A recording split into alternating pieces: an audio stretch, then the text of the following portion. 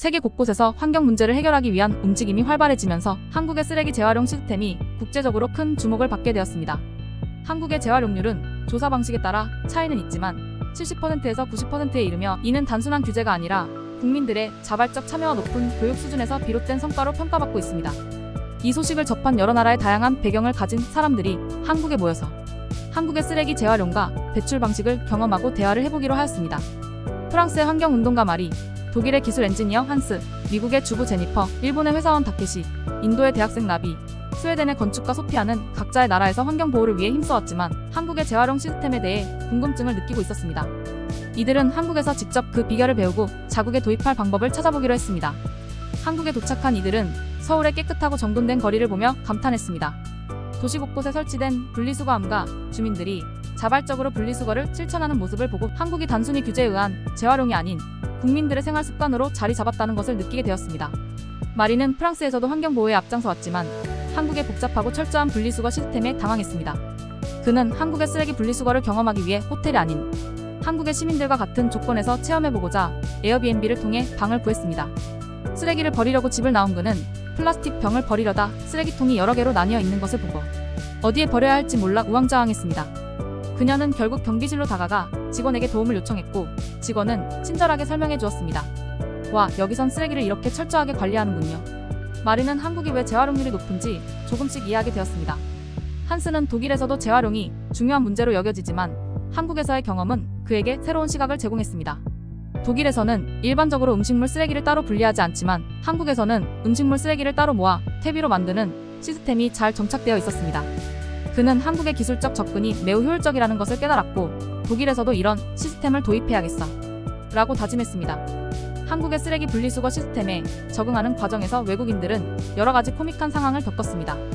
문화적 차이와 한국 시스템의 철저함이 겹치면서 자연스럽게 웃음을 자아내는 에피소드들이 발생했습니다.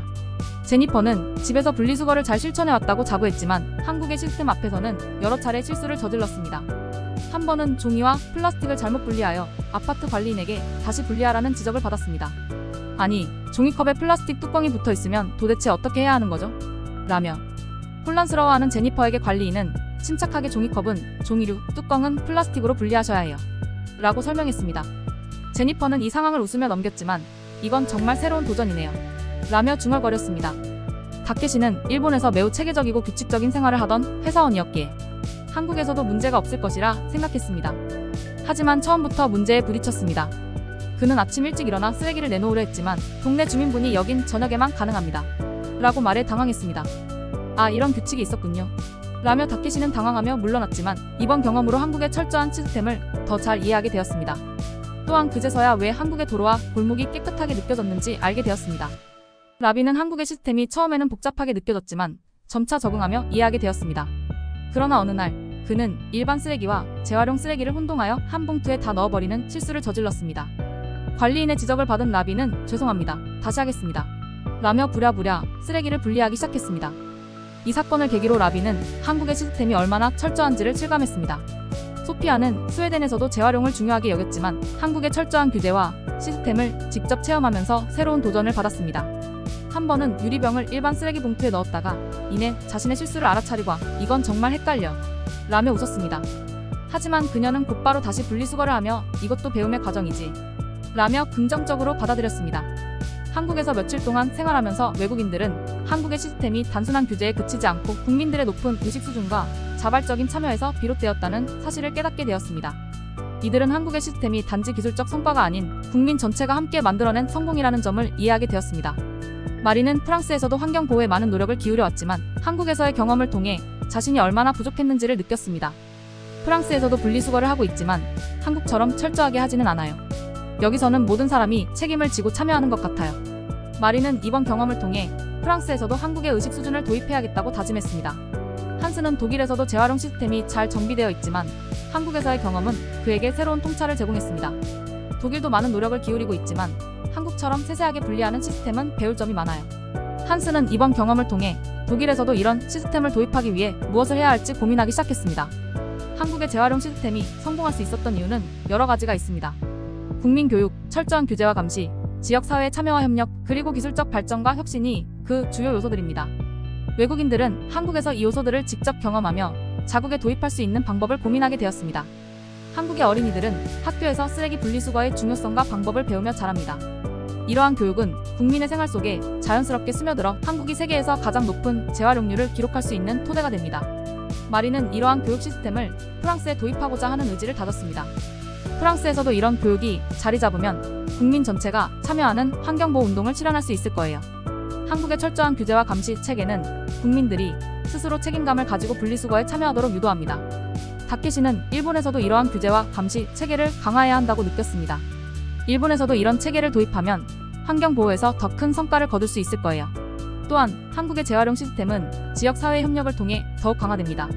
각 지역사회는 자체적으로 분리수거 캠페인을 전개하고 주민들이 자발적으로 참여할 수 있도록 다양한 프로그램을 운영합니다. 제니퍼는 미국에서도 지역사회가 이런 역할을 한다면 더 나은 환경을 만들 수 있을 것이라고 생각했습니다. 미국에서도 지역사회가 중심이 되어 국민들이 자발적으로 참여할 수 있는 프로그램을 확대해야 해요. 마지막으로 한국의 재활용 시스템은 기술적 발전과 혁신으로 뒷받침됩니다. 스마트 분리수거 시스템, 자동화된 재활용, 공정 등은 한국이 높은 재활용률을 유지하는 데 중요한 역할을 합니다. 한스는 독일에서도 이런 기술적 혁신을 도입해야 한다고 생각했습니다. 독일에서도 이런 시스템을 도입할 수 있다면 재활용률이 훨씬 더 높아질 거예요. 한국의 쓰레기 재활용 시스템이 국제적으로 주목받는 이유는 단지 높은 재활용률 때문만이 아닙니다. 이 시스템은 국민들의 높은 의식 수준과 자발적인 참여, 그리고 기술적 혁신이 결합된 결과물입니다. 외국인들은 이 점을 깊이 깨달으며 자국에서 이 시스템을 도입하기 위한 방안을 모색했습니다. 마리는 프랑스로 돌아가면 환경운동의 새로운 방향을 제시할 계획을 세웠습니다. 한국에서 배운 것은 단순한 기술이 아니라 국민들의 의식입니다. 이 의식을 프랑스에서도 전파해야 합니다. 그녀는 프랑스에서 강연을 통해 한국의 사례를 소개하며 보다 철저한 환경보호 운동을 전개할 계획을 세웠습니다. 한스는 기술 엔지니어로서 한국의 시스템을 더욱 연구하고 독일에서도 이와 같은 시스템을 도입하기 위한 방법을 고민했습니다.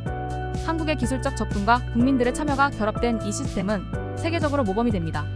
독일에서도 이런 시스템을 도입할 수 있도록 노력하겠습니다. 제니퍼는 가정 내에서 한국의 시스템을 도입하기로 결심했습니다. 이건 우리 가족이 먼저 실천해야 할 일입니다. 한국에서 배운 것을 가족들에게 전하고 우리 집에서도 한국처럼 철저하게 분리수거를 실천하겠습니다. 다케시는 회사 내에서 한국의 시스템을 도입하는 것을 목표로 삼았습니다. 일본에서도 한국처럼 철저한 시스템을 도입한다면 환경보호에서 더 큰 성과를 거둘 수 있을 것입니다. 라비는 대학에서 한국의 시스템을 주제로 발표하기로 결심했습니다. 한국에서 배운 것은 단지 쓰레기 처리 방법이 아니라 국민들의 강한 책임감입니다. 소피아는 건축가로서 환경 친화적인 건축 설계에 한국의 재활용 시스템을 도입할 방안을 고민했습니다. 스웨덴에서도 이런 시스템을 도입하면 재활용률이 훨씬 더 높아질 거예요. 이 외국인들은 한국을 떠나며 한국에서 배운 것을 자국에서 실천하기 위해 노력할 것을 다짐했습니다. 이들이 경험한 한국의 재활용 시스템은 앞으로도 세계 곳곳에서 환경보호 운동의 모범이 될 것입니다. 오늘은 외국인들이 놀라워하는 한국의 쓰레기 분리 배출과 재활용에 대한 외국인들의 반응이 있어 올려보았습니다. 내용이 재미있으셨다면 구독과 좋아요, 알림 설정 부탁드립니다. 감사합니다.